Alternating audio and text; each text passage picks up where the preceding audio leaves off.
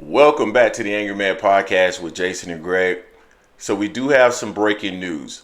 Now we know that Code Crowley had to pull out of the fight because he had a retina issue. The fight that I'm talking about is the fight with Jaron Ennis. He had a retina issue and had to pull out of the fight. I'm assuming that he incurred some type of eye damage in previous fights. Well, we know Jaron Ennis had been looking for an opponent, and now he has that opponent. It is David Avanesyan. So you guys may be familiar with David Avanesyan in the past because he's had a high-profile fight. As a matter of fact, David Avanesyan continues to find himself in these types of high-profile fights. David Avanesyan is the former opponent of Terence Crawford, and it's going to be interesting to see what ends up happening with this fight. Now, we know in the past, Jaron Ennis has had bad luck. Well, maybe not bad luck. But Jaron Ennis has struggled to find opponents to get into the ring with him because those opponents are, I won't call them scared, but they are looking for a level of payout that is commensurate with the risk associated with fighting Jaron Ennis. So if you're a fighter that's undefeated and you go into the ring with Jaron Ennis and you lose in a spectacular manner, that could stifle your earning potential over the next few years, and therefore many fighters are going to avoid that, even the well-established fighters, if you will. So Jaron has struggled to get opponents in the ring with him, but David Avanesyan is a different type of opponent. He is someone who, if you're looking at this fight and you're in the shoes of David Avanesyan, you look at this fight as an opportunity. You've already taken your L's. But if you are able to come into the ring against Jaron Ennis and win, then that sets you up for future fights at 147 pounds. So Avanesian has everything to gain and essentially nothing to lose. So it makes sense for him. This fight for Jaron Ennis is, I can't call it intriguing, but it is interesting for two reasons. Number one, we know that there have been a lot of fans, most notably Terence Crawford fans, who have talked about the resume of Jaron Ennis. Well, we know that as recently as October, November of 2022, David Avanesyan fought Terence Crawford. So if this opponent was good enough for Terence Crawford to fight in his prime, or at his peak, if you will, then the opponent also must be good enough for Jaron Ennis. So I'm curious to see what the dialogue will be, what the conversations will be, not only on this channel, but social media in regards to this particular opponent. Will they try to be negative about David Avanesyan versus Jaron Ennis, similarly to what we saw, and even I guess I could say the reverse, because Errol Spence fans were calling him David everything under the sun.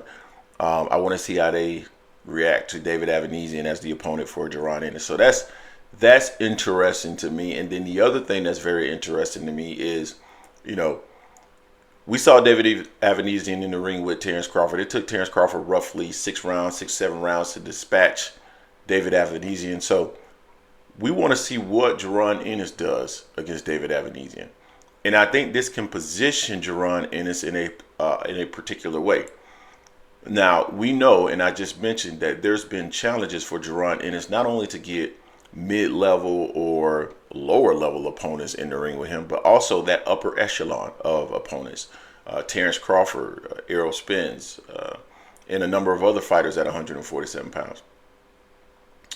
If he comes into the ring and looks spectacular against an opponent that I just said was in the ring with Terence Crawford and was good enough for Terence Crawford as recently as 2022, and he's able to dispatch of David Avanesyan in a more spectacular way than Terence Crawford was able to do so, then does that force Terence Crawford to start to pay attention and or feel pressure in regards to fighting Jaron Ennis? Now, many of you are going to talk about Bud is on a mission to unify the titles at 154 pounds, and that is 100% true. I'm not trying to force a fight here. I'm not even trying to say that fight needs to be next or anything of that nature. I understand that. Terence Crawford is at 154. and he's interested in taking on the best at 154 pounds so that he can become undisputed. Totally understand that. However, a lot of those same people will say that Turki Al-Sheikh gets what Turki Al-Sheikh wants, and we know that Turki Al-Sheikh has already stated on multiple occasions that he is interested in a fight between Terence Crawford and Jaron Ennis. So if he is interested in that, and we see Jaron Ennis go in there and absolutely destroy David Avanesyan, if that happens, if that's the case, then I would think that Turki Al-Sheikh would even be more interested in seeing that particular fight, considering they have a common opponent in the last 2 years, and Jaron was able to dispatch of him as quickly or quicker than Terence Crawford. I think that does build some intrigue, and as many of you have stated, Turki Al-Sheikh gets what Turki Al-Sheikh wants. So I'm interested in seeing that. I'm interested in seeing how this all plays out. Now, here's the other deal, or here's the other aspect of that where it could play a part.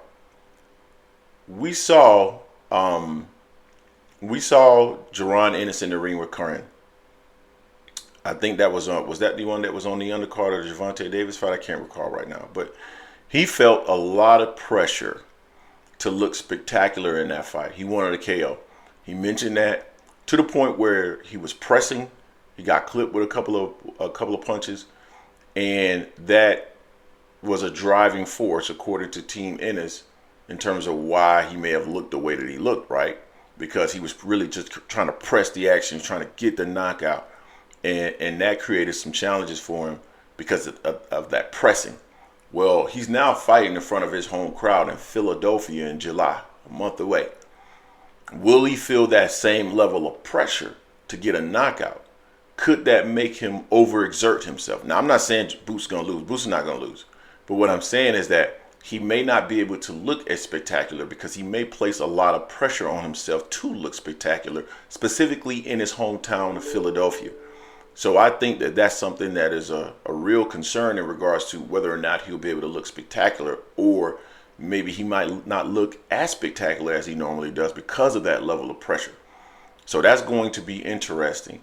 I'm curious to see how he performs in that fight. I wonder if they are kind of speaking on that, because they may have already, like Bozy Ennis and the team, they may already be aware of this and working with Jaron to make sure that he doesn't put too much pressure on himself and just go out there and beat Jaron Ennis and look spectacular. So you guys tell me what you think in the comment section in regards to this particular fight. And does it play a role in perhaps making a Terence Crawford fight in the future, specifically because Turki Al-Sheikh gets what Turki Al-Sheikh wants, according to many of you?